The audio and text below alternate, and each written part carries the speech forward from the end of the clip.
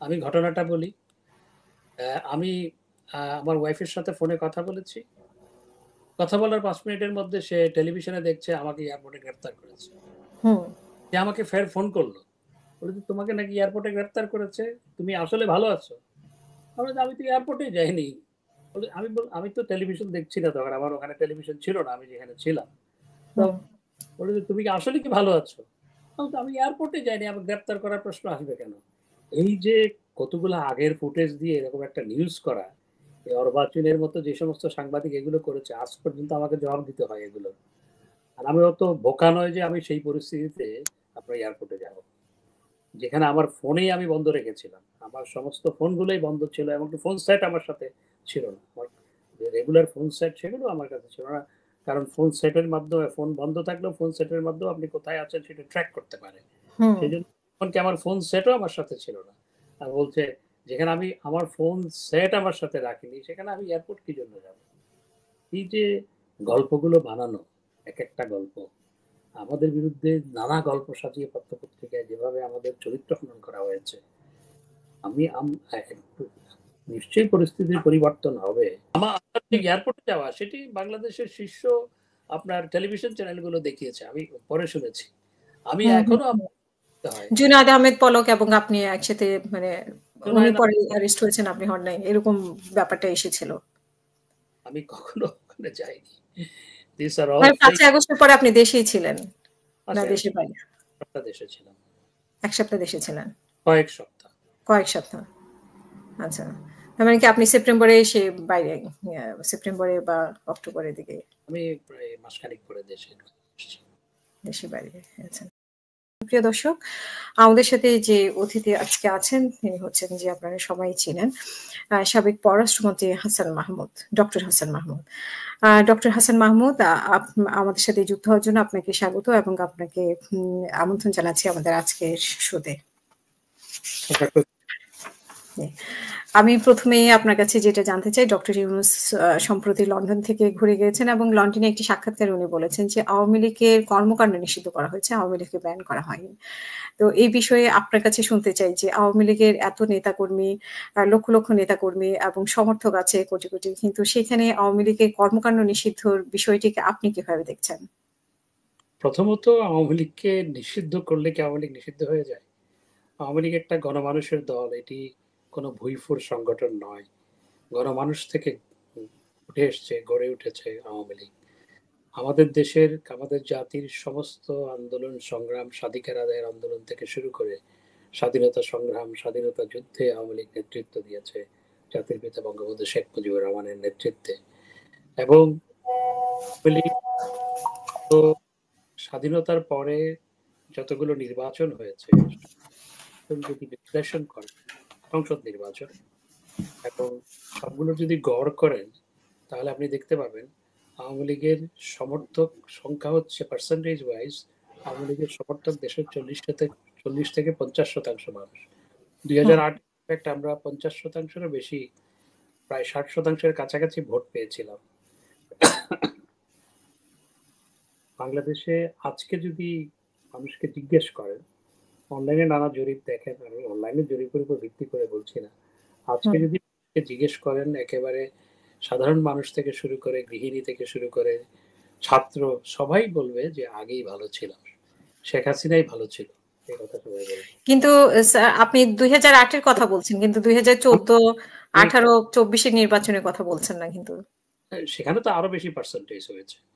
তো আমি সেখানে তো পার্সেন্টেজ আরো বেশি, সেই জন্য ২০০৮ যেহেতু সব রাজনৈতিক দল অংশগ্রহণ করেছে, ২০১৮তেও সব রাজনৈতিক দল অংশগ্রহণ করেছে।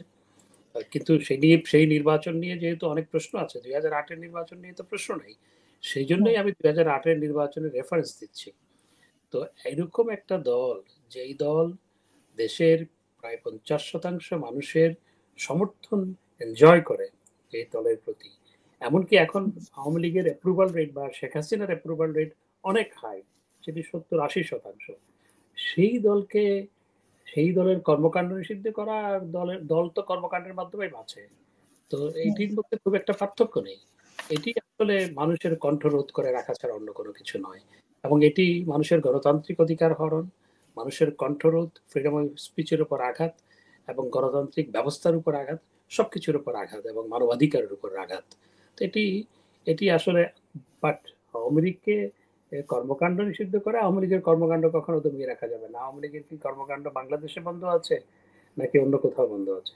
আওয়ামী লীগের কর্মকাণ্ড চলছে। বাংলাদেশে তো আমরা দেখতে পাচ্ছি না। আমরা শুধু লন্ডনে দেখলাম যে ডেমনস্ট্রেশন করতে বাংলাদেশেও লন্ডনে বেশ হয়, বাংলাদেশে ডেমনস্ট্রেশন হয়, সেগুলো পত্রিকায় লিখতে দেওয়া হয় না, সেগুলো টেলিভিশনে প্রচার করতে দেওয়া হয় না। এবং আজকে গণমাধ্যমের স্বাধীনতা, আপনি যদি, আমি তো গণমাধ্যম বিষয়ক মন্ত্রী ছিলাম 5 বছর, দলের প্রচার সম্পাদক ছিলাম 7 বছর, এবং আজকে গণমাধ্যমের স্বাধীনতার দিকে একটু তাকান, আপনি তাকিয়ে দেখেন কয়শো সাংবাদিক আজকে গ্রেপ্তার, কত শত সাংবাদিকের বিরুদ্ধে হত্যা মামলা বা হত্যা চেষ্টা মামলা, এবং বিদেশে ছিল তার বিরুদ্ধে হত্যা মামলা, হত্যা চেষ্টা মামলা। এবং আজকে সাংবাদিকদের যে সমস্ত সংগঠন, আন্তর্জাতিক সংগঠন, সিপিজে থেকে শুরু করে নানা সংগঠনগুলো বলছে পৃথিবীর সবচাইতে যে 10টি দেশ সাংবাদিকদের জন্য ঝুঁকিপূর্ণ বা সাংবাদিকতা যেখানে ঝুঁকিপূর্ণ সেখানে বাংলাদেশ একটি। সেখানে তো কোনো কিছু প্রচার করতে দেওয়া হয় না। আমাদের চরিত্র হনন করার জন্য নানা ধরনের সংবাদ প্রচার করা হয়েছে, পুশ করে সংবাদ প্রচার করা হয়েছে। প্রথম চেষ্টা ছিল কয়েক মাস হচ্ছে আওয়ামী লীগের নেতাদের চরিত্র হনন, তাদেরকে দুর্নীতিবাজ বাড়ানো, চরিত্র হনন। আমরা প্রতিবাদ দিয়েছি, সেই প্রতিবাদ ছাড়বে না। আমি তো দলের প্রচার সম্পাদক, গণমাধ্যম বা তথ্য সম্প্রচার মন্ত্রী থাকার কারণে সাংবাদিকদের সাথে ব্যাপক আমার সম্পর্ক আছে, এবং সেটি শুধু সেই কারণে নয়, আমি দীর্ঘদিন ধরে, আমি যখন ছাত্রলীগের একেবারে কলেজের শাখার সাধারণ সম্পাদক, তখন থেকে আমি প্রেস রিলিজ লিখি এবং গণমাধ্যমে দিয়ে আসতাম। তখন তো ফ্যাক্স ছিল না, তখন ইমেল ছিল না, তখন গিয়ে গিয়ে দিয়ে আসতে হতো। সংবাদকর্মীর মতো কাজ করেছি।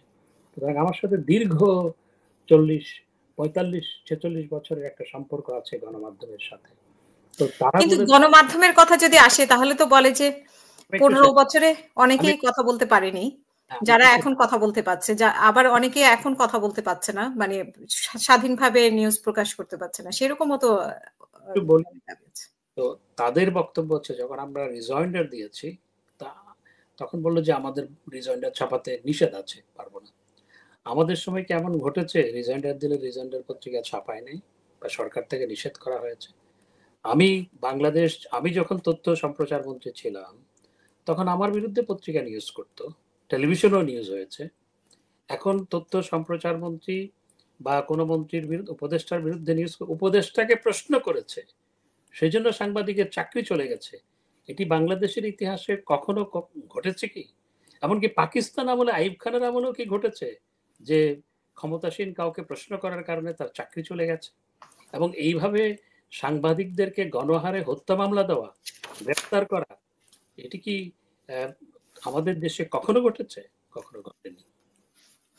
কিন্তু আপনি তথ্য মন্ত্রণালয়ে ছিলেন বা আপনি অনেক মানে পরে পররাষ্ট্র মন্ত্রণালয়ে ছিলেন। কিন্তু বলা হয় যে টকশোতে যারা যেত, টকশোর বক্তারা তাদেরকে টেলিভিশনের পক্ষ থেকে নির্দিষ্ট একটা টাইম বলে দেওয়া হতো, যারা বিপক্ষে বলতো, মানে আওয়ামী লীগ সরকারের বিপক্ষে যখন কথা বলতো, আওয়ামী লীগ এবং সরকার তাদের লিমিটেশন থাকতো। তো সেই জায়গাটা থেকে অনেকে মুক্তি পেয়েছে। টকশোতে এখন সেই পজিশনে পড়তে হয় না, এমনটা অনেকে বলছেন। সেই বিষয়ে আপনি কি বলবেন? প্রথমত টক শোতে যেভাবে আওয়ামী লীগের বিরুদ্ধে, টক শো তো বলাই হতো শুধু আওয়ামী লীগের বিরুদ্ধে, আওয়ামী লীগের পক্ষে তো খুবই কম। আওয়ামী লীগের পক্ষে হয়তো 20%, যখন আওয়ামী লীগ ক্ষমতায় ছিল তখনকার কথা বলছি। আর 80% হচ্ছে সরকারের বিরুদ্ধে বা এস্টাবলিশমেন্টের বিরুদ্ধে বলা হতো। আর এখন যারা এই গল্পগুলো বলছে তারা বর্তমান সরকারের আনুকূল্য পাওয়ার জন্য বা তাদের সাথে সম্পর্ক আপনার ঠিক রাখার জন্য, অথবা তাদের উপর যাতে খড়গ নেমে না আসে, সেই জন্য এই সমস্ত কথাগুলো বলছে বেশিরভাগ ক্ষেত্রে। যে আপনি নির্বাচনের প্রসঙ্গে একটি কথা বলেছিলেন যে পার্সেন্টেজ অনেক হাই ছিল 2024, 18 বা 14, তো আপনারা মানে এক ধরনের নিজেরাই নির্বাচনের মতো অবস্থা। তো সেইখানে পার্সেন্টেজ হাই বলছেন, কিন্তু আবার বলছেন যে নির্বাচনটা ঠিক মতো মানে সব দলের অংশগ্রহণে হয়নি। আমি আপনাকে শুধু একটা উদাহরণ দিই। আপনি 79-এর ইলেকশন সম্পর্কে হয়তো আপনার ধারণা নাই, 79-এ হয়তো আপনার জন্ম হয়েছে কিনা আমি জানি না। তখন আমি কলেজ ছাত্রলীগের সাধারণ সম্পাদক, এবং তখন আমি প্রথম ভোটার হই, তার আগে ভোটার হয়েছি।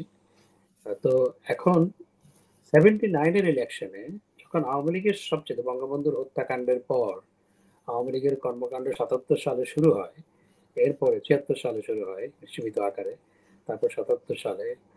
তো তখন আওয়ামী লীগের সবচেয়ে নাজুক অবস্থা। সেই নাজুক অবস্থার মধ্যেও আওয়ামী লীগ ভোটের পার্সেন্টেজে প্রায় ৩৫% ভোট পেয়েছিল এই দল। আপনি হুম, ইতিহাস যদি দেখেন, সেটি হচ্ছে আওয়ামী লীগের ভোট প্রাপ্তির সর্বনিম্ন হার। সেই দলকে আপনি কর্মকাণ্ড নিষিদ্ধ করবেন, যেই দলের নেতৃত্বে দেশটাই স্বাধীন হয়েছে। আজকে আজকে যে আমরা বাংলাদেশ পরিচয় দিচ্ছি, এই দেশটাই কিন্তু স্বাধীনতা সংগ্রামে নেতৃত্ব দিয়েছে বাংলাদেশ আওয়ামী লীগ। এটা আমি একটু বিশ্লেষণ করে বলি।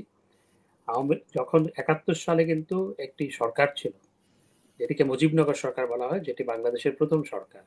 হুম, সেই সরকারের রাষ্ট্রপতি ছিলেন জাতির পিতা বঙ্গবন্ধু শেখ মুজিবুর রহমান, উপরাষ্ট্রপতি ছিলেন সৈয়দ নজরুল ইসলাম, প্রধানমন্ত্রী ছিলেন তাজউদ্দিন আহমেদ।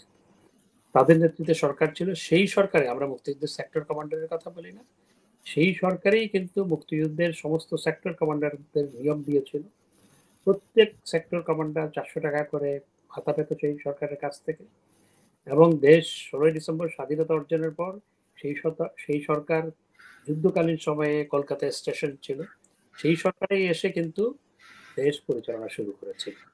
কারণ সেই সরকারই স্বাধীনতা যুদ্ধে নেতৃত্ব দিয়েছিল এবং আওয়ামী লীগেই ম্যান্ডেট পেয়েছিল দেশ পরিচালনার ৭০ নির্বাচনে।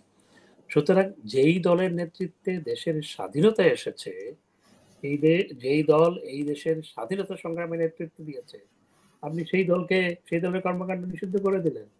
এর চেয়ে নিষিদ্ধের প্রসঙ্গ তো এর এসেছে চেয়ে জুলাই আন্দোলনের বিষয়টি নিয়ে। তো সেখানে আপনাদের কি কোনোই ভুল ছিল না? আপনি কি সেটা দাবি করবেন? আমি আমি প্রত্যেক সরকারেরই ভুল থাকে। কোন সরকার পৃথিবীতে আজ থেকে ৫০০ বছর আগ পর্যন্ত কিংবা আজ থেকে ৫০০ বছর পর পর্যন্ত একেবারে শতভাগ নির্ভুল কাজ করতে পারে না বা পারেনি। কারণ প্রত্যেক সরকারেরই ভুল থাকে।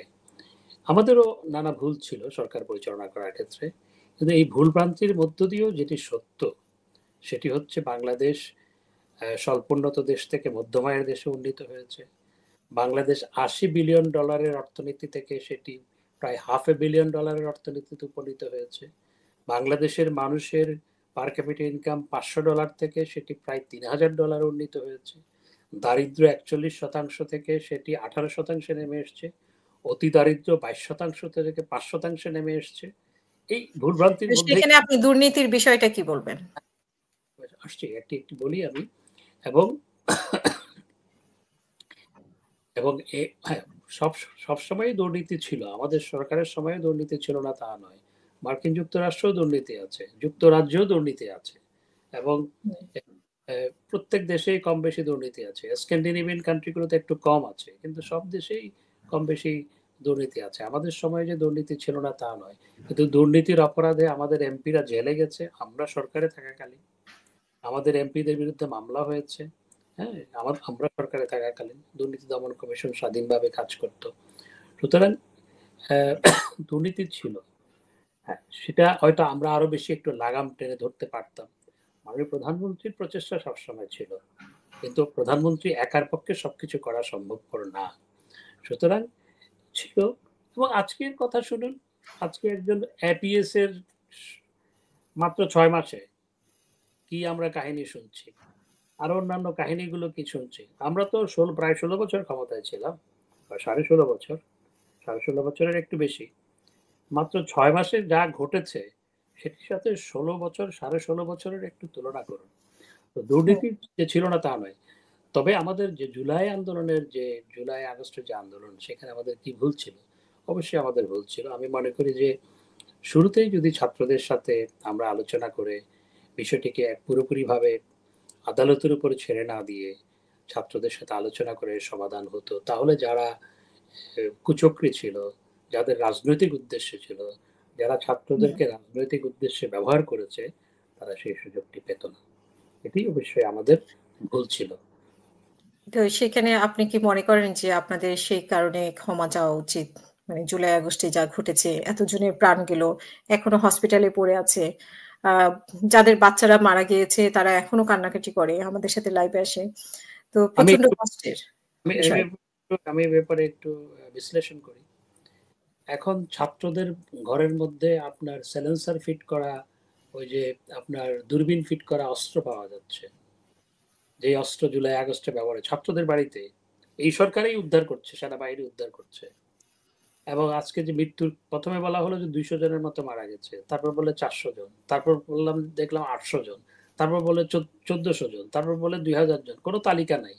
এবং অনেক জুলাই আগস্টের শহীদ এখন আবার সশরীরে ফেরত এসছে, প্রায় শখানিক শখানিক যাদেরকে শহীদ বলা হয়েছিল প্রায় তারা ফেরত এসছে। এবং আপনি সামাজিক যোগাযোগ মাধ্যমে অনেক ভিডিও দেখবেন, যে ভিডিওতে তারা বলছে যে এমনকি কেন আজকে উপদেষ্টাদের মধ্যেও কেউ কেউ স্বীকার করেছে যে তখন একটি চক্রান্ত হয়েছে এবং এই সরকার হটানোর জন্য এই ঘটনাগুলো ঘটানো হয়েছে। উপদেষ্টাদের মধ্যে দু একজন বলেছে। এবং স্বরাষ্ট্র উপদেষ্টা আপনার ব্রিগেডিয়ার সাখাওয়াত সাহেব তিনি বলেছিলেন, তিনি যখন স্বরাষ্ট্র উপদেষ্টা ছিলেন, যে এই যে মানুষ যে মারা গেছে যেগুলিতে, সেইগুলি তো পুলিশের হাতে নেই, এইগুলি কোত্থেকে আসলো?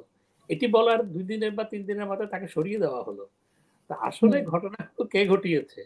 এবং জামাতের আমির সাহেব বলেছেন যে বিএনপির সাথে বাহাসের সময় যে আমি কিন্তু সব ফাঁস করে দিব। তো এই যে ঘটনাগুলো ঘটেছে বা এই হত্যাকাণ্ডগুলো ঘটেছে, এবং আরেকজন সমন্বয়ক স্বীকার করেছে আমরা যদি মেট্রো রেল না পোড়াতাম, আমরা যদি পুলিশের উপর হামলা না চালাতাম, আমরা যদি পুলিশ স্টেশন না পোড়াতাম, আমরা যদি বিটিভি না পোড়াতাম, তাহলে তো সরকারের পতন হতো না। এগুলো তো তারা নিজেরাই স্বীকার করছে। তো জুলাই আগস্টে এবং মাননীয় প্রধান উপদেষ্টা ডিউ রেসপেক্ট, তার প্রতি ডিউ রেসপেক্ট রেখে আমি বলতে চাই তিনি আমেরিকায় গিয়ে বলেছেন মেটিকুলাস ডিজাইনের মাধ্যমে এগুলো করা। তো আসলে দায়টা কার? It's a big million dollar question. সুতরাং হ্যাঁ, এখানে সরকারের দায়, অবশ্যই সরকারের দায় আছে। সেটা হচ্ছে যখন এই মেট্রো রেল পোড়ানো হচ্ছে, আপনি কতগুলো পুলিশ মারা গেছে, আপনি তো নারী, একজন নারী পুলিশ, সে প্রেগনেন্ট, সে প্রাণ ভিক্ষা চেয়েছে, প্রাণ ভিক্ষা চেয়েছে যে আমার পেটে বাচ্চা, আমাকে মেরো না, তাকে মেরে ফেলা হয়েছে। পুলিশকে ধরে নিয়ে পিটিয়ে মেরে ঝুলিয়ে রাখা হয়েছে লাশ।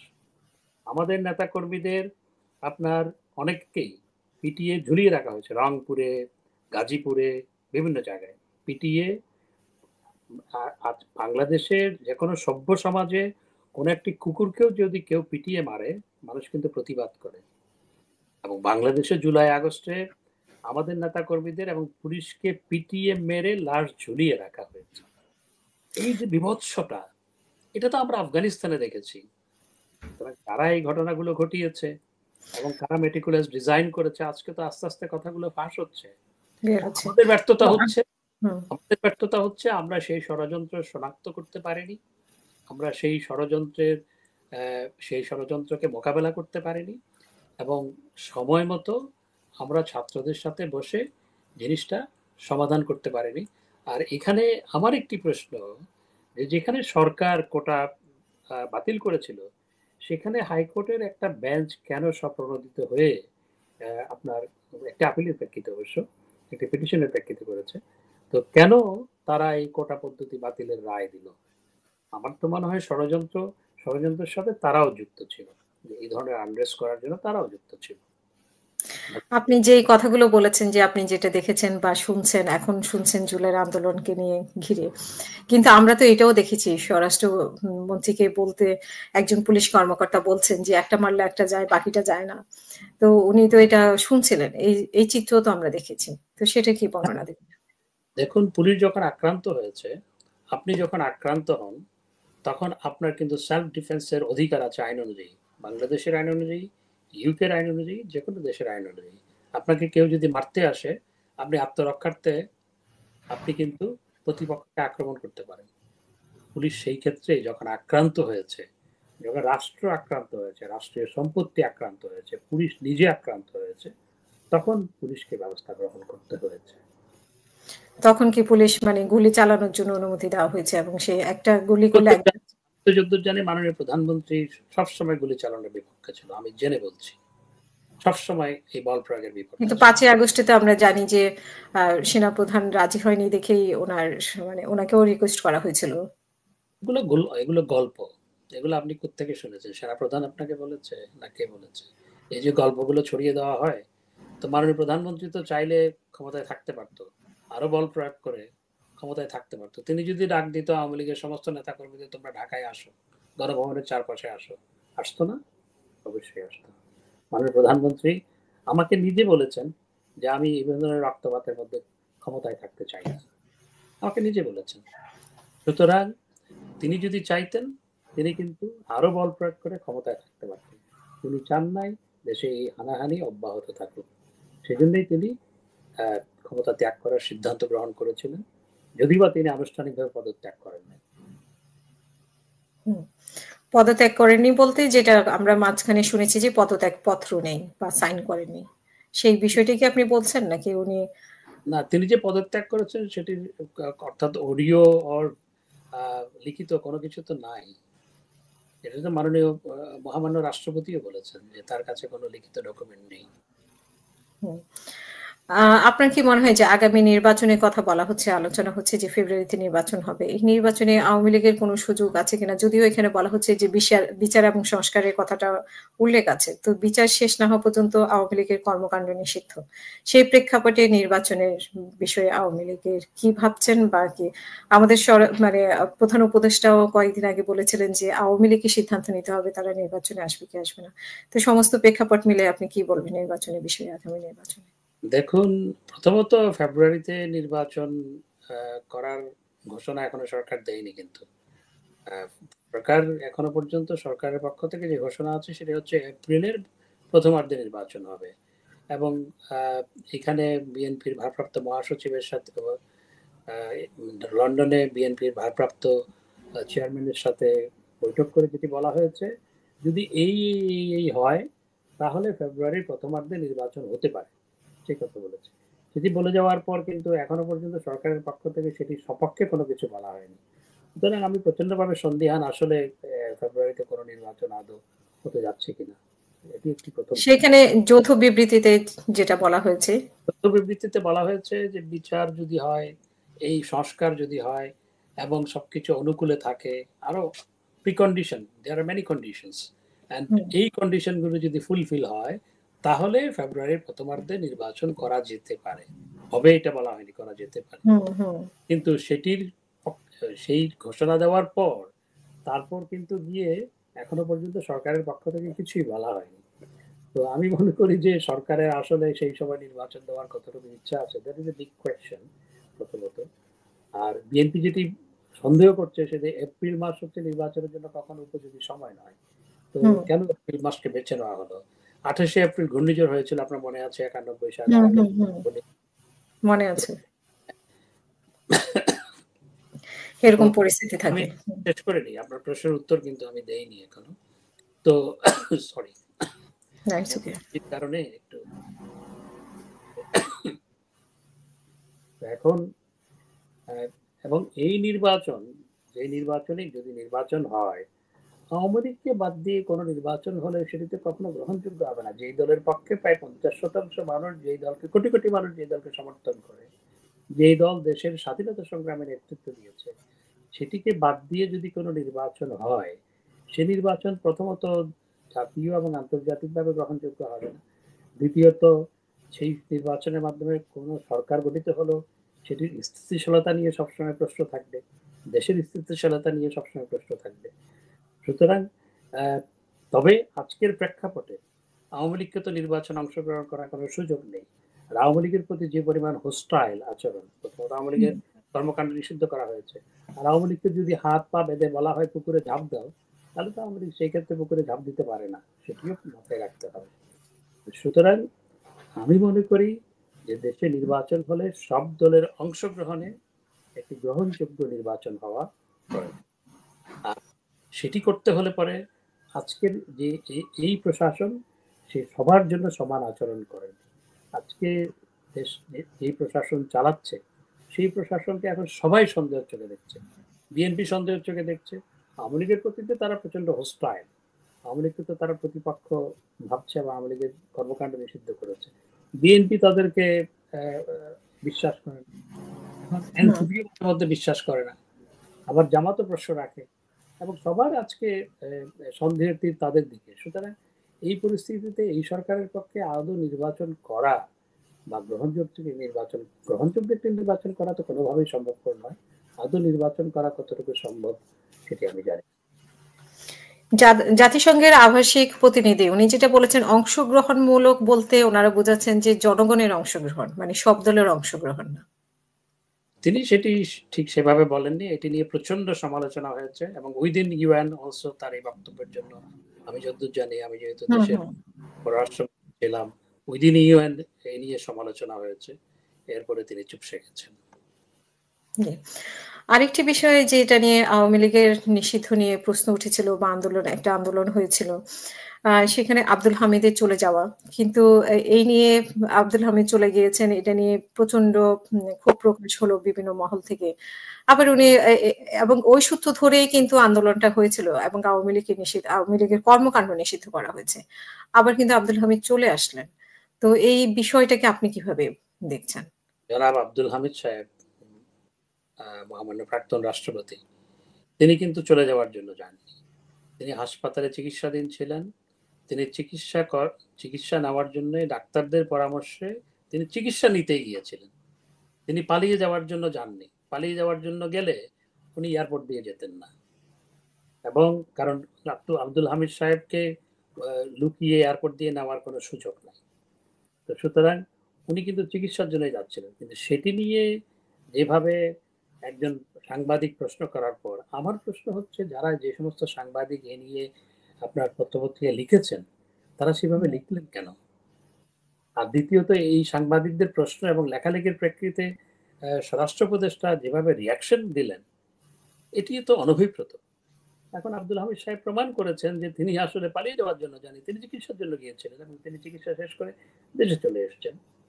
তো এই ধরনের আসলে কোন একটা হুজুগ তুলে দেওয়া এবং একজন মানুষ, ইনোসেন্ট মানুষকে প্রশ্নবিদ্ধ করা, এগুলো সমীচীন নয়। যেগুলো দেশে আজকে হচ্ছে, এটি আসলে আমাদের দেশের জন্য কখনো কাম্য নয়, আমাদের সমাজের জন্য কখনো কাম্য নয়। নিশ্চয়ই আপনিও মনে করেন যে আজকে যে প্রতিটি মানুষ অস্বস্তির মধ্যে আছে, যন্ত্রণার মধ্যে আছে, অনিশ্চয়তার মধ্যে আছে, যেটি আমাদের দেশের জন্য সমাজের সত্যি। পালিয়ে যাওয়ার প্রসঙ্গে যেহেতু এসেছে, আপনার কাছে একটু প্রশ্ন করতে চাই যে আসলে পালিয়েও অনেকে গিয়েছেন। কেউ সীমান্ত দিয়ে গিয়েছেন, কেউ প্লেনে গিয়েছেন।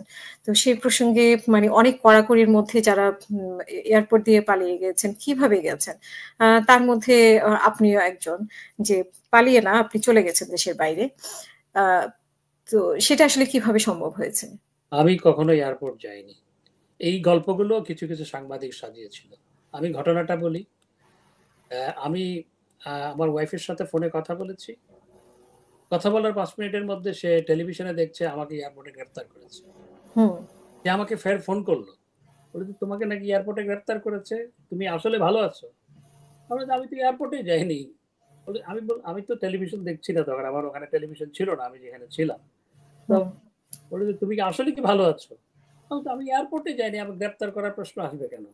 এই যে কতগুলো আগের ফুটেজ দিয়ে এরকম একটা নিউজ করা, এই অর্বাচীনের মতো যে সমস্ত সাংবাদিক এগুলো করেছে, আজ পর্যন্ত আমাকে জবাব দিতে হয় এগুলো। আর আমি অত বোকা নয় যে আমি সেই পরিস্থিতিতে আপনার এয়ারপোর্টে যাব, যেখানে আমার ফোনেই আমি বন্ধ রেখেছিলাম। আমার সমস্ত ফোনগুলোই বন্ধ ছিল এবং ফোন সেট আমার সাথে ছিল না। আমার যে রেগুলার ফোন সেট সেগুলো আমার কাছে ছিল না। কারণ ফোন সেটের মাধ্যমে, ফোন বন্ধ থাকলেও ফোন সেটের মাধ্যমে আপনি কোথায় আছেন সেটা ট্র্যাক করতে পারে। সেজন্য এমনকি আমার ফোন সেটও আমার সাথে ছিল না। আর বলছে যেখানে আমি আমার ফোন সেট আমার সাথে রাখিনি, সেখানে আমি এয়ারপোর্ট কি জন্য যাব? এই যে গল্পগুলো বানানো, এক একটা গল্প আমাদের বিরুদ্ধে, নানা গল্প সাজিয়ে পত্রপত্রিকায় যেভাবে আমাদের চরিত্র খনন করা হয়েছে, আমি নিশ্চয়ই পরিস্থিতির পরিবর্তন হবে। এগুলোর তো আমি যদিও বা প্রত্যেকটিরই জবাব দিয়েছি, কিন্তু এইভাবে একজন রাজনীতিবিদের আপনার চরিত্র হনন হচ্ছে রাজনীতিবিদকে হত্যা করা। এবং যেভাবে এগুলো করা হয়েছে শুধু আমার বিরুদ্ধে নয়, অনেকের বিরুদ্ধে, বেশিরভাগের ক্ষেত্রে করা হচ্ছে, এটি আসলে সমীচীন নয়। এবং এই ক্ষেত্রে কিছু সাংবাদিক বাধ্য হয়ে এগুলো লিখতে বাধ্য হচ্ছেন। আবার কেউ কেউ এগুলোকে আপনার গড্ডালিকার প্রবাহে গা ভাসিয়ে দিয়েও সেগুলো করছেন। এটি সমীচীন নয়। এবং আমার যে এয়ারপোর্টে যাওয়া, সেটি বাংলাদেশের শীর্ষ আপনার টেলিভিশন চ্যানেলগুলো দেখিয়েছে। আমি পরে শুনেছি। আমি হুম, হুম, এখনো হুম। হয়। জুনায়েদ আহমেদ পলক এবং আপনি একসাথে মানে উনি জুনায়েদ পরে আহমেদ অ্যারেস্ট হয়েছেন, আপনি হন নাই। এরকম ব্যাপারটা এসেছিল। আমি কখনো ওখানে যাইনি। These are all মানে ৫ই fake আগস্টের পরে আপনি দেশেই ছিলেন। না ৫ই দেশের আগস্ট বাইরে? সপ্তাহ দেশে ছিলাম। ১ সপ্তাহ দেশে ছিলেন। কয়েক সপ্তাহ। কয়েক সপ্তাহ। আচ্ছা। তার মানে কি আপনি সেপ্টেম্বরে এসে বাইরে সেপ্টেম্বরে বা অক্টোবরের দিকে আমি প্রায় মাসখানেক পরে দেশে এসেছি। দেশের বাইরে গেছেন। আচ্ছা, চরিত্র হনন মানে রাজনীতিকদের চরিত্র হনন এভাবে করা হয়, যেটা আপনি বলছিলেন। আপনি আপনার নিজস্ব বক্তব্যে অনেক ক্ষেত্রেই বলেছিলেন যে তারেক রহমান পলাতক। তারপরে খালেদা জিয়াকে নিয়েও বিভিন্ন কথা বলতেন। তো সেটাকে আপনি কিভাবে মানে বলবেন? দেখুন এখন আমাদের আপনি নিজেও তো দেশের বাইরে আছেন। দেখুন আমাদের একটা পার্টি লাইন আপ ছিল। আমি যেহেতু প্রচার সম্পাদক ছিলাম এবং আমি যেহেতু তথ্য সম্প্রচার মন্ত্রী ছিলাম, আমি পার্টির বিকল্প মুখপাত্র হিসেবে কাজ করতাম। আমাকে তো পার্টি লাইন আপে কথা বলতে হতো। শুধু আমি এইটুকু বললাম যে পার্টি লাইন আপে আমাকে কথা বলতে হবে। পার্টির একটা লাইন আপ থাকে কি বলতে হবে, হ্যাঁ, এবং কখন কোনটা বলতে হবে সেটা একটা লাইন আপ থাকে, একটা ইনস্ট্রাকশন থাকে। তো আমাকে সেই লাইনে সবসময় এখনো মির্জা ফখরুল ইসলাম আলমগীর সাহেব তো পার্টি লাইন আপের বাইরেতে গিয়ে উনি কিছু বলতে পারেন না, আর অন্যরা যারা কথা বলেন বিএনপির পক্ষে তারাও তো পার্টি লাইন আপের বাইরে গিয়ে কোনো কিছু বলতে পারেন না, তাদেরকে বলতে হয়। আপনাকে মনে হয় যে আসলে এগুলো রাজনৈতিক যে কালচারটা চলছে এটা একটা ভুল? মানে এভাবে আমি বলা যে নিজেদেরও তো সেরকম পরিস্থিতি হয়। আমি মনে করি যে দেশে একটা আমাদের যে রাজনৈতিক কালচার এটির পরিবর্তন হওয়া দরকার। এবং এখন যে রাজনৈতিক কালচার, আপনি আওয়ামী লীগ করলে বিএনপির বিয়ে অনুষ্ঠান মেজবান অনুষ্ঠানে যেতে পারবেন না। আপনি আওয়ামী লীগ করলে বা বিএনপি করলে আপনি আওয়ামী লীগের সাথে মিশতে পারবেন না, এটি তো হওয়া অনুচিত। হুম। আমরা সবাই রাজনীতি করব, একে অপরের বিরুদ্ধে কথা বলবো, একে অপরের বিরুদ্ধে যুক্তিতর্ক দিয়ে কথা বলবো। দিন শেষে আমরা সামাজিক জীব, আমরা সমাজবদ্ধ হয়ে থাকবো, এটি হওয়া উচিত। হুম। এই যে আপনার কি মনে হয় যে এরকম মানে তারেক রহমান, খালেদা জিয়া সম্পর্কে আপনার অতিরিক্ত বলা হয়ে গেছিল যেগুলো এখন আ দেখুন এই প্রসঙ্গে এখন যেতে চাই না। আমি যেটা মনে করি যে আমাদের এমন ভাবে দেশের রাজনীতিটা হওয়া প্রয়োজন, সেটি হচ্ছে আমরা একে অপরের সমালোচনা করব, কিন্তু দিন শেষে আমরা একে অপরের সাথে আমাদের উঠা বসা থাকবে, চা খাবো, এটি হওয়া উচিত। এটি ছিল আগে রাজনীতিতে, যেটি রাজনীতি থেকে হুম। হারিয়ে সেটি আমি মনে করি যে আবার রাজনীতিতে ফিরিয়ে আনা প্রয়োজন। আ আপনাকে একটা বিয়ের অনুষ্ঠানে দেখা গেছে। কিন্তু সেই অনুষ্ঠান দেখে নেতাকর্মী যেহেতু আওয়ামী লীগের নেতাকর্মীরা আমাদের মানে অতিথি হয়ে আসতেন সবসময়। তাদের সাথে আমাদের একটা কানেকশন আমি যদিও এটা অনেকেই ভালোভাবে নেয় না এখন আর। তারপরেও আমাদের সাথে কানেকশন আছে। তো তারা একটা ক্ষোভ প্রকাশ করেছে। তো সেই ক্ষোভটাকে আপনি কিভাবে যে তারা মনে করে যে আপনারা অনেক ভালো আছেন দেশের বাইরে।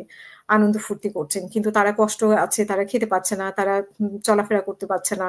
তারা মামলা যারা খেয়েছে তারা মামলা সামলাতে পারছে না। এরকম অনেক দুরবস্থা। তো সেই অবস্থাটাকে আপনি কিভাবে বর্ণনা করবেন? আমাদের নেতাকর্মীরা অবশ্যই অবর্ণনীয় দুর্দশার মধ্যে আছে। আমরা নেতাকর্মীদের নিয়মিত খোঁজখবর নেই। আর খোঁজখবর নেওয়াটা তো সবাইকে বলে বা টেলিভিশনে বিজ্ঞাপন দিয়ে বা পত্রিকায় বা সামাজিক যোগাযোগ মাধ্যমে প্রচার করে তো খোঁজখবর নিতে হয় না। খোঁজখবর আমরা হুম, সবসময় নিয়েছি। আমাদের কাছে আমার পরিবারের চেয়েও আমাদের নেতাকর্মীরা হচ্ছে আমাদের মূল পরিবার। আমরা যারা রাজনীতি করি, আমরা যারা তৃণমূল থেকে রাজনীতি করে এসেছি, পিছনের সারির কর্মী থেকে শুরু করে তারপর আজকে রাজনীতির এই পর্যায়ে এসেছি, আমাদের কাছে দলটাই পরিবার। নিজের পরিবারের চেয়েও দলটাই হচ্ছে মুখ্য আমাদের কাছে সবসময়। এবং এটা আমার পরিবারও জানে। আমার ছেলেমেয়েরা আমাকে কখনো, তারা আজকে ২৪ বছর বয়স হয়েছে বড় বড় বড় সন্তানের। তারা আমাকে কখনো পায়নি। সুতরাং এ আপনি যে বিয়ের অনুষ্ঠানের কথা বলছেন, সেটি আমাদের দলের সাধারণ সম্পাদকের ছেলের বিয়ে। হুম। ফারুক ভাই দল ছিলেন। ছেলের বিয়ে। সেখানে প্রায় ১,০০০ দলের নেতাকর্মী গেছে। হুম, দলের ১,০০০ নেতাকর্মী গেছে। আমি ১ম এ বিয়ের অনুষ্ঠানে যেতে চাইনি। আমি বললাম যে বিয়ের অনুষ্ঠানে গেলে মানুষ ছবি তুলবে, মানুষ ছবি তুলে সেটা আপলোড করবে, নানা জনে নানা মন্তব্য করবে, আমি যেতে চাইনি। ফারুক ভাই অর্থাৎ আমাদের দলের সাধারণ সম্পাদক, তিনি আমাকে বহুবার ফোন করেছেন। শেষমেশ উনি যাওয়ার জন্য আমার জন্য লোক পাঠিয়েছেন, গাড়ি পাঠিয়েছেন। এরপর আমি ব্যারিস্টার রিজভী সহ কয়েকজনের সাথে আলাপ করলাম যে আমি তো যেতে চাইনি, কিন্তু ফারুক ভাই তো এরকম আমাকে যাওয়ার জন্য আ বলছেন। তখন বলল যে সবাই যাচ্ছে। অর্থাৎ হুম, লন্ডনে হুম। যারা আছে সবাই যাচ্ছে। এবং আমি চাঁদপুর গেছি এবং আমি মনে করি সেটি একটি দলের কর্মীদের মিলন মেলা ছিল। এবং সেখানে গিয়ে আমি যেটা দেখেছি, যারা সেখানে যায়নি তারা তো জানে না। আমি হুম, বাংলাদেশের মন্ত্রী থাকাকালীন কোনো বিয়ের অনুষ্ঠানে গেলে যেভাবে দাঁড়াতে পারতাম না, ছবি তোলার জন্য যেভাবে চারপাশে ঘিরে ধরতো, আমি সেখানে কয়েক ঘন্টা ছিলাম। প্রতিটা মুহূর্ত তাই ছিল। কমপক্ষে ৬০০-৭০০ মানুষ আমার সাথে ছবি তুলেছে। তো সেটি আমার দলের একটা দলের সাধারণ সম্পাদকের ছেলের বিয়ের অনুষ্ঠানে গেছি। তো সেটি তো কোনো অপরাধ বলে আমি মনে করি না। এবং সেটি অনেক জোরাজুরি করার পর গেছি। সেটি তো কোনো অপরাধ নয়। তাহলে কি বিদেশে এসে আমি লুকিয়ে মুখ লুকিয়ে কেউ না দেখে মতো বসে থাকবো নাকি? আমরা তো সেটা করা উচিত না। তো তারেক রহমান কি বিয়ের অনুষ্ঠানে যায় না? তাদের সামাজিক অনুষ্ঠানে যায় না? বা বিএনপির নেতারা গত ১৫ বছর যারা বিদেশ ছিল তারা অনুষ্ঠানে যায়নি? বা সুতরাং কারো কোনো বিয়ের অনুষ্ঠানে যাওয়া সেটি কোনোভাবেই অপরাধ নয়। তারপরেও আমি যেতে চাইনি। আমি যখন গিয়েছি আমি দেখলাম যে সেখানে সমস্ত নেতাকর্মীরা যাচ্ছে। আমি না গেলে বরং সেটি আমার একটা অপরাধ হবে যে সমস্ত নেতারা যাচ্ছে, কর্মীরা যাচ্ছে, পার্টির সবাই যাচ্ছে। তো আমি না গেলে বরং আমার উপর একটা ব্লেম আসবে যে সবাই গেছে আমি যাইনি। এবং আমাকে এও বলা হলো যে সেখানে সব নেতা কর্মীরা এবং সেখানে শুধুমাত্র লন্ডনের নয়, সেখানে ইউরোপের বিভিন্ন দেশ থেকে আমাদের নেতারা এসছে। ইউকের বিভিন্ন শাখা থেকে নেতারা এসছে, সবার সাথে আমরা দেখা হয়েছে, বৈঠকে আমাকে বললো যে সবার সাথে দেখা হবে, কথা বলার সুযোগ হবে, আপনি দলের ১ নম্বর জয়েন্ট সেক্রেটারি, সুতরাং আপনি না আসলে তো এটা হয় না। সুতরাং সেই জন্যই যাওয়া হয়েছে। আর হুম, যারা এগুলো লিখেছে সামাজিক যোগাযোগ মাধ্যমে, কেউ কেউ দু একজন উস্কে দিয়েছে, তারপর ওটার সাথে গড্ডালিকা প্রবাহে এটার তো জবাব আমার মনে হয় আমাদের নেতা কর্মীরা সঠিকভাবে দিয়েছে। এবং ব্যারিস্টার নিজুমকে দেখেছি আমি একটা সুন্দরভাবে সেটা একটা জবাব দিয়ে দেবো। সে বলেছে যে আমি ডক্টর হাসান ভাইকে আমি পার্সু করেছি নিয়ে যাওয়ার জন্য, বাট ইটস ফ্যাক্ট। true. আমি আরেকটা নিউজ নিশ্চয়ই আপনাদের চোখে পড়েছে যে আওয়ামী লীগের আজকে এই অবস্থার জন্য আপনাদের ৪-৫ জনকে দায়ী করা হয়। তার মধ্যে আপনি এবং জনাব ওবায়দুল কাদেরকে দায়ী করা হয় বিশেষভাবে। তো এই এই ব্যাপারে আপনার কি মতামত? পার্টির হায়ারার্কি যেহেতু যেহেতু আমরা আছি, যেহেতু কাদের ভাই জেনারেল সেক্রেটারি, আমি জয়েন্ট জেনারেল সেক্রেটারি, তারপর বা অন্যান্য যারা আছেন যে প্রেসিডেন্ট মেম্বার বা অন্যান্য যারা আছে যাদের নামে বলা হয়, এটা পার্টির হায়ারার্কির কারণে বলা হয়। অবশ্যই পার্টির বিপর্যয়ের জন্য তো আমাদের সবাইকেই আমরা আসলে পার্টির যখন বিপর্যয় হচ্ছে, আমরা যখন বিপর্যস্ত, এটি তো যে হোল পার্টির দায় অবশ্যই। সেটা তো দায় আমাদের উপর বর্তাবে, এটা খুবই স্বাভাবিক। কিন্তু আহ, এটি আমি তো বলেছি যে আমাদের অনেক কিছু ভুল ছিল, কিন্তু যেভাবে ওই পিন পয়েন্ট করে অমুক অমুক অমুক অমুক, this is absolutely wrong and bogus. Hmm, pin point করে যেটি বলা হয়। আর আমার কথা বলি, আমি তো পররাষ্ট্রমন্ত্রী ছিলাম। আমি পররাষ্ট্রমন্ত্রী হিসেবে জুলাই আগস্টের বেশিরভাগ সময় ছিলাম বিদেশে। আমি আবার বলছি জুলাই আগস্টের বেশিরভাগ সময় আমি বিদেশে ছিলাম। আমি লন্ডন থেকে গেছি ২ তারিখ রাত্রে ফ্লাইটে, ৩ তারিখ সন্ধ্যায় আমি দেশে গিয়ে পৌঁছেছি। আমি ওই সময়টা অর্থাৎ যখন আহ, আহ, দ্রুত পরিস্থিতি পাল্টাচ্ছিল, তখন পুরো সময়টাই কিন্তু আমি বেশিরভাগ সময় বিদেশে ছিলাম। অর্থাৎ ১০ দিন বিদেশে, ৪-৫ দিন দেশে। রাষ্ট্রমন্ত্রী হিসেবে আমাকে আসতে হয়েছে। এবং তখনও এসছি, সেটিও এই আন্দোলনের প্রেক্ষিতে। অর্থাৎ এখানে আমার ইউকের ফরেন মিনিস্টারের সাথে আমার মিটিং ছিল, ইউরোপিয়ান ইউনিয়নের ফরেন সেক্রেটারির সাথে আমার মিটিং ছিল, তারপর দি হেগে আপনার আইসিসির চিফ প্রসিকিউটর করিম খানের সাথে আমার মিটিং ছিল।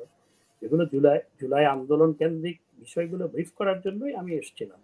এবং একই সাথে অ্যাপোস্টাইল কনভেনশন, সেটি জুলাই 31শে জুলাই আমি সাইন করেছি। আজকে বাংলাদেশের প্রতি বছর ৫00-৭০০ কোটি টাকা সাশ্রয় হবে মানুষের।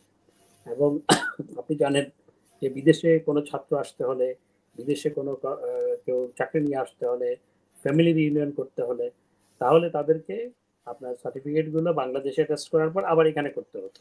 এখন থেকে কিন্তু সেটি আর করতে হবে না। এবং হুম, সেটির জন্য সাইন করার জন্য ডেট দিয়েছিল ৩১শে জুলাই, ৩০ কি ৩১শে জুলাই, আমার ডেটটা ঠিক মনে নেই। এবং সেটি মন্ত্রীকে বা প্রধানমন্ত্রীকে সাইন করতে হয় নিয়ম অনুযায়ী। সেই জন্য হুম, আমি এসেছিলাম। আমার দেশের আজকে আজকে যে অ্যাপোস্টাইল কনভেনশন নিয়ে এই সরকার বলছে আমরা অ্যাপোস্টাইল কনভেনশনে মেম্বার হয়েছি, তোমরা হুম, সাইন বাই।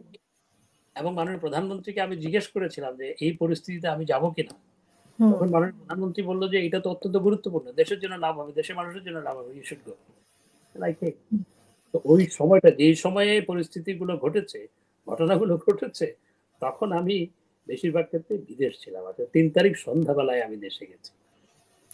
না, এটা আসলে বলা হয় গত ১৫ বছরের কথাই বলা হয় যে গত ১৫ বছরে আপনাদের হস্তক্ষেপের কারণে আসলে দলের অনেক ক্ষতি হয়েছে। বিশেষ করে নমিনেশন বাণিজ্যের বিষয়টা আ সামনে এসেছে বারবারই। যে নমিনেশন বাণিজ্যের কারণে যোগ্য ব্যক্তিগুলো যোগ্য স্থানে যেতে পারে নাই। যারা যোগ্য এবং দক্ষ না তারা এমপি হয়েছে, মন্ত্রী হয়েছে এমন কথাগুলো আসে আরকি। হয়েছে, আমি তবে নমিনেশন বোর্ডের মেম্বার না। আমাদের দলের একটা নমিনেশন বোর্ড আছে। সেই বোর্ডের আমি মেম্বার না। এবং নমিনেশনের কথা যেগুলো বলা হয় সেগুলো তো মাননীয় প্রধানমন্ত্রী বা আওয়ামী লীগ সভাপতির সভাপতিত্বে মিটিং হয় এবং নানা রিপোর্ট দিয়ে নমিনেশন দেওয়া হয়। এরপরও যে ভুল নমিনেশন হয় নাই বা অযোগ্য ব্যক্তি নমিনেশন পায় না তা কিন্তু নয়, অবশ্যই হয়েছে। সেগুলো সব দলের ক্ষেত্রেই হয়। যেগুলো গণসংগঠন সেগুলো সব ক্ষেত্রে হয়, সেটি বিএনপির ক্ষেত্রে হয়, অন্যান্য দলের ক্ষেত্রে হয়। এটি কোনো ক্যাডার ভিত্তিক সংগঠন নয় যে এখানে এই ধরনের ভুল হবে না। ভুল হয়, হয়েছে। আওয়ামী লীগের এখন বোর্ডের মেম্বার নই। আওয়ামী লীগের এখন এই পর্যায় থেকে আওয়ামী লীগ আবার কিভাবে রাজনীতিতে আসবে বা দল গোছাবে সেটা কি আদৌ সম্ভব কিনা আপনার কি মনে হয়? মাননীয় প্রধানমন্ত্রী বাংলাদেশ আওয়ামী লীগের সভাপতি জননেত্রী শেখ হাসিনা তিনি দল গুছাচ্ছেন। তিনি প্রত্যেকটি জেলা নয়, একেবারে উপজেলা ইউনিয়ন পর্যায়ের নেতাকর্মীদের সাথে কথা বলছেন, যোগাযোগ রাখছেন, দল গুছাচ্ছেন। তার মনোবল শক্ত আছে। মনে রাখতে হবে তিনি বঙ্গবন্ধু শেখ মুজিবুর রহমানের কন্যা। বঙ্গবন্ধু ২ বার ফাঁসির মঞ্চের কাছাকাছি গেছেন, সেখানেও কিন্তু আপোষ করেননি। শেখ হাসিনাও তাই। এবং শেখ হাসিনা অবশ্যই স্বমহিমায় দেশে ফিরে আসবেন এবং আওয়ামী লীগকে এভাবে দমিয়ে রাখা কখনো সম্ভবপর হবে না। হুম, লয়ারের মধ্যে কখন দেয় একটা মানুষ? উকিল নোটিশ দিয়ে কখন দেয়? যখন তার প্রতিবাদের মধ্যে সত্যতা থাকে, তার প্রতিবাদ করার সক্ষমতা থাকে। এমনকি দুর্নীতি দমন কমিশনের পক্ষ থেকেও যখন এই ধরনের নিউজ ছাপানো হয়েছে, আমি লয়ারের মাধ্যমে প্রতিবাদ দিয়েছি। সুতরাং এই ধরনের বোগাস সংবাদ পরিবেশন করে চরিত্র হনন করা, তো সেটিও আজকে মেটিকুলাস ডিজাইনের একটা অংশ। আজকে জয় আর পুতুলের বিরুদ্ধে বলা হচ্ছে, টিউলিপের বিরুদ্ধে বলা হচ্ছে। টিউলিপ বাংলাদেশে যায়নি। টিউলিপের আকাশের ঠিকানায় টিউলিপের নামে চিঠি পাঠানো হয়। এবং এই যে টিউলিপকে যেভাবে আপনার হেনস্থা করা হচ্ছে এবং হয়েছে, সেটির হুম। সেটির জবাব তো মাননীয় প্রধান উপদেষ্টা ইউকেতে এসে পেয়েছেন নিশ্চয়ই। হ্যাঁ, এবং এই যে এইভাবে, অর্থাৎ পুতুল কখনো বাংলাদেশের এগুলোর সাথে কোনোভাবে নাই। জয় এবং পুতুল দুজনেই। তাদের বিরুদ্ধে যেভাবে প্রপাগান্ডা করা হচ্ছে, তো আমরা তো কিছুই না। তো এই ধরনের প্রপাগান্ডা করে আসলে আওয়ামী লীগকে আপনার প্রশ্নবিদ্ধ করা, আওয়ামী লীগ নেতাদেরকে মানুষের কাছে হেয় করা, সেই পরিকল্পনারই একটি অংশ মাত্র এগুলো। সুতরাং এগুলো আমরা প্রতিবাদ জানিয়েছি এবং এই প্রতিবাদগুলো ছাপানো হয় না। পত্রিকায় ছাপাতে দেয় না।